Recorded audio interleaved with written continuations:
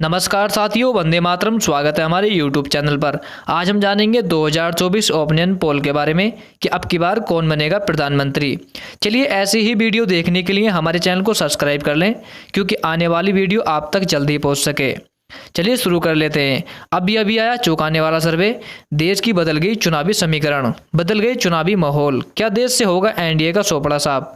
क्या देश में बन पाएगी इंडिया यानी महागठबंधन की सरकार?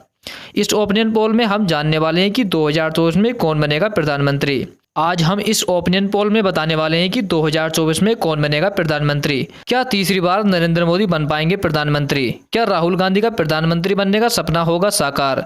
इन सभी प्रश्नों का जवाब इस वीडियो के अंत तक मिल जाएगा।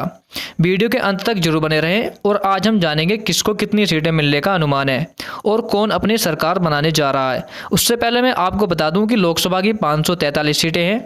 किसी भी पार्टी को पूर्ण बहुमत सरकार बनाने के लिए 272 सीटें जीतने की आवश्यकता होती है। जिस पार्टी के पास 272 या उससे भी अधिक सीटें होंगी, वही पार्टी केंद्र में अपनी सरकार बनाएगी। अब की बार कौन बनेगा प्रधानमंत्री, हमें कमेंट में जरूर बताएं, क्योंकि जनता की राय लोकतंत्र को मजबूत बनाने के लिए महत्वपूर्ण होती है। चलिए बात करते हैं अब राज्यों की। उससे पहले वीडियो को लाइक और चैनल को सब्सक्राइब कर लें, क्योंकि आने वाली वीडियो आप तक जल्दी पहुंच सके। आप किसे जिताना चाहते हैं यह कमेंट में हमें जरूर बताएं। चलिए बात करते हैं राज्यों की। सबसे पहला राज्य आता है उत्तर प्रदेश। उत्तर प्रदेश में लोकसभा की 80 सीटें हैं। यहाँ पर एनडीए के खाते में 48 और इंडिया यानी महागठबंधन के खाते में 32 लोकसभा सीट जाती दिख रही है। अन्य दल के खाते में कोई सीट नहीं। उत्तर प्रदेश में अक्सर यह माना जा रहा है कि अब की बार जो पार्टी सबसे ज्यादा सीट लाएगी वही पार्टी केंद्र में अपनी सरकार बनाएगी। चलिए बात कर लेते हैं बिहार राज्य की। बिहार राज्य में लोकसभा की 40 सीटें हैं। यहाँ पर एनडीए के खाते में 19 और इंडिया यानी महागठबंधन के खाते में 20 लोकसभा सीट जाती दिख रही है। अन्य दल की बात करें तो 1 लोकसभा सीट जाने का अनुमान है। इसमें कह सकते हैं कि बिहार राज्य में इंडिया यानी महागठबंधन अभी भी 2 सीटों से आगे चल रही है। अगर हम बात करें महाराष्ट्र राज्य की, महाराष्ट्र राज्य में लोकसभा की 48 सीटें हैं। यहाँ पर एनडीए के खाते में 18 और इंडिया यानी महागठबंधन के खाते में 29 लोकसभा सीट जाती दिख रही है। अन्य दल की बात करें तो 1 लोकसभा सीट जाने का अनुमान है। इसमें भी कह सकते हैं कि महाराष्ट्र राज्य में इंडिया यानी महागठबंधन अभी भी बढ़त बनाती जा रही है। चलिए बात करते हैं तमिलनाडु राज्य की। तमिलनाडु राज्य में लोकसभा की 39 सीटें हैं। यहाँ पर एनडीए के खाते में 14 और इंडिया यानी महागठबंधन के खाते में 25 लोकसभा सीट जाती दिख रही है। अन्य दल की बात करें तो कोई सीट नहीं। तमिलनाडु राज्य में कह सकते हैं कि इंडिया यानी महागठबंधन अभी भी एनडीए से यानी बीजेपी से आगे चल रही है। चलिए बात करते हैं हरियाणा राज्य की। हरियाणा राज्य में लोकसभा की 10 सीटें हैं। यहाँ पर एनडीए के खाते में 4 और इंडिया यानी महागठबंधन के खाते में 6 लोकसभा सीट जाती दिख रही है। अन्य दल की बात करें तो कोई सीट नहीं। इसमें भी कह सकते हैं इसमें भी 2 सीटों से आगे चल रही है। चलिए बात करते हैं पंजाब राज्य की। पंजाब राज्य में लोकसभा की 13 सीटें हैं। यहाँ पर एनडीए के खाते में 2 और इंडिया यानी महागठबंधन के खाते में 6 लोकसभा सीट जाती दिख रही है। अन्य के खाते में 5 लोकसभा सीट जाती दिख रही है। इसमें कह सकते हैं कि एनडीए के खाते में 105 और इंडिया यानी महागठबंधन के खाते में 218। इसमें कह सकते हैं कि इंडिया यानी महागठबंधन अभी भी बढ़त बनाती जा रही है। चलिए बात करते हैं गोवा राज्य की। गोवा राज्य में लोकसभा की 2 सीटें हैं। यहाँ पर एनडीए के खाते में 1 और इंडिया यानी महागठबंधन के खाते में भी 1 लोकसभा सीट जाती दिख रही है। अन्य दल की बात करें तो कोई सीट नहीं। गोवा राज्य में कह सकते हैं कि इंडिया यानी महागठबंधन और एनडीए के बीच में दोनों की टक्कर देखने को मिल सकती है। चलिए इसी के साथ हम बात करते हैं अगला राज्य की। अगला राज्य आता है छत्तीसगढ़। छत्तीसगढ़ में लोकसभा की 11 सीटें हैं। यहाँ पर एनडीए के खाते में 5 और इंडिया यानी महागठबंधन के खाते में 6 लोकसभा सीट जाती दिख रही है। अन्य दल की बात करें तो कोई सीट नहीं। छत्तीसगढ़ में कह सकते हैं कि इंडिया यानी महागठबंधन अभी भी 1 सीट से आगे चल रही है। अगर हम बात करें मध्य प्रदेश राज्य की, मध्य प्रदेश राज्य में लोकसभा की 29 सीटें हैं। यहाँ पर एनडीए के खाते में 16 और इंडिया यानी महागठबंधन के खाते में 13 लोकसभा सीट जाती दिख रही है। अन्य दल की बात करें तो कोई सीट नहीं।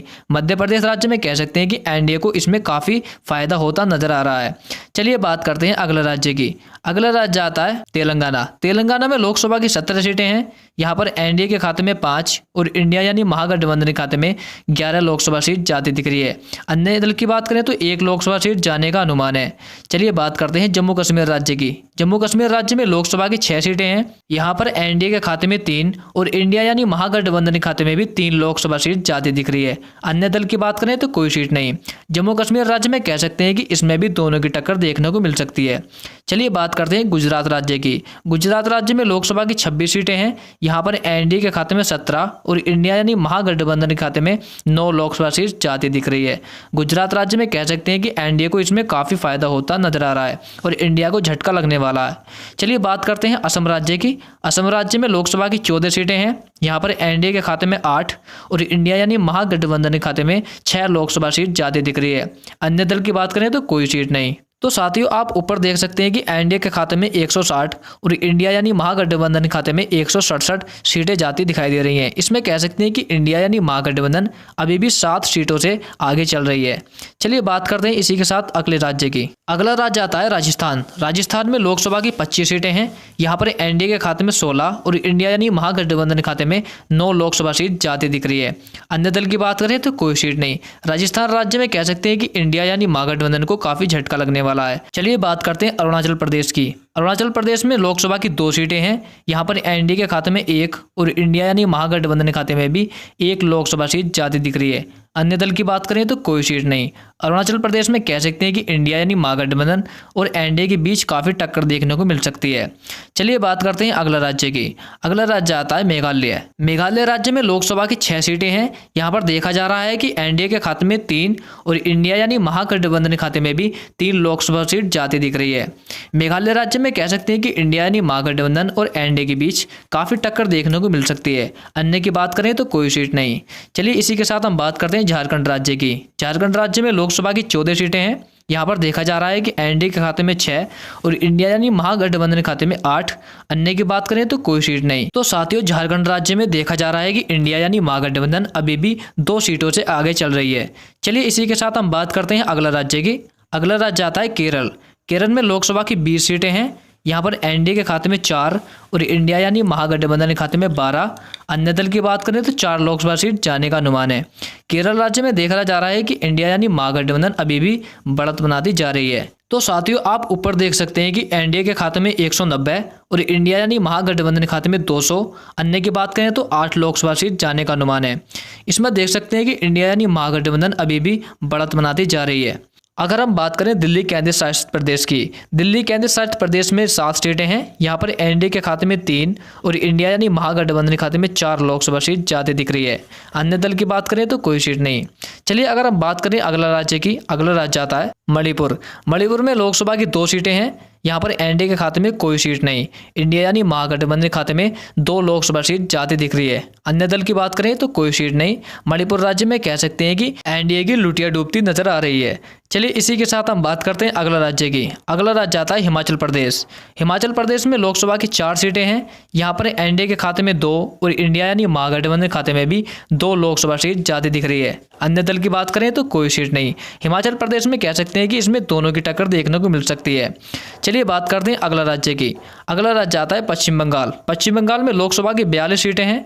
यहाँ पर देखा जा रहा है कि एनडीए के खाते में 8 और इंडिया यानी महागठबंधन के खाते में 34 लोकसभा सीट जाती दिख रही है। अन्य दल की बात करें तो कोई सीट नहीं। पश्चिम बंगाल में कह सकते हैं कि इंडिया यानी महागठबंधन अभी भी बढ़त बनाती जा रही है। इसमें देख सकते हैं कि एनडीए को काफ़ी झटका लगने वाला है और लुटिया डूबती नजर आ रही है। चलिए बात करते हैं उड़ीसा राज्य की। उड़ीसा राज्य में लोकसभा की 21 सीटें हैं। यहाँ पर एनडीए के खाते में 4 और इंडिया यानी महागठबंधन के खाते में 5। अन्य दल की बात करें तो 12 लोकसभा सीट जाती दिख रही है। उड़ीसा राज्य में कह सकते हैं कि अन्य दल को काफ़ी फायदा होता नजर आ रहा है। अगर हम बात करें कर्नाटक राज्य की। कर्नाटक राज्य में लोकसभा की 28 सीटें हैं। यहाँ पर एनडीए के खाते में 8 और इंडिया यानी महागठबंधन के खाते में 20 लोकसभा सीट जाती दिख रही है। अन्य दल की बात करें तो कोई सीट नहीं। कर्नाटक राज्य में कह सकते हैं कि इंडिया यानी महागठबंधन अभी भी बढ़त बनाती जा रही है। एनडीए को काफ़ी झटका लगने वाला है और लुटिया डूबती नजर आ रही है। चलिए बात करते हैं आंध्र प्रदेश राज्य की। आंध्र प्रदेश राज्य में लोकसभा की 25 सीटें हैं। यहाँ पर एनडीए के खाते में 6 और इंडिया यानी महागठबंधन के खाते में 10 लोकसभा सीट जाती दिख रही है। अन्य दल की बात करें तो अन्य दल के खाते में 9 लोकसभा सीट जाने का अनुमान है। तो साथियों हमने जाना 543 सीटों का सर्वे, जिसमें देखा जा रहा है कि एनडीए के खाते में 228 और इंडिया यानी महागठबंधन के खाते में 285। अन्य दल की बात करें तो 6 लोकसभा सीट जाने का अनुमान है। अगर हम इसमें कह सकते हैं कि इंडिया यानी महागठबंधन अभी भी बढ़त बनाती जा रही है। तो साथियों वीडियो को लाइक और चैनल को सब्सक्राइब जरूर कर लें, क्योंकि आने वाली वीडियो आप तक जल्दी पहुंच सके। आप किसे सपोर्ट करना चाहते हैं यह कमेंट में हमें जरूर बताएं, क्योंकि जनता की राय लोकतंत्र को मजबूत बनाने के लिए महत्वपूर्ण होती है।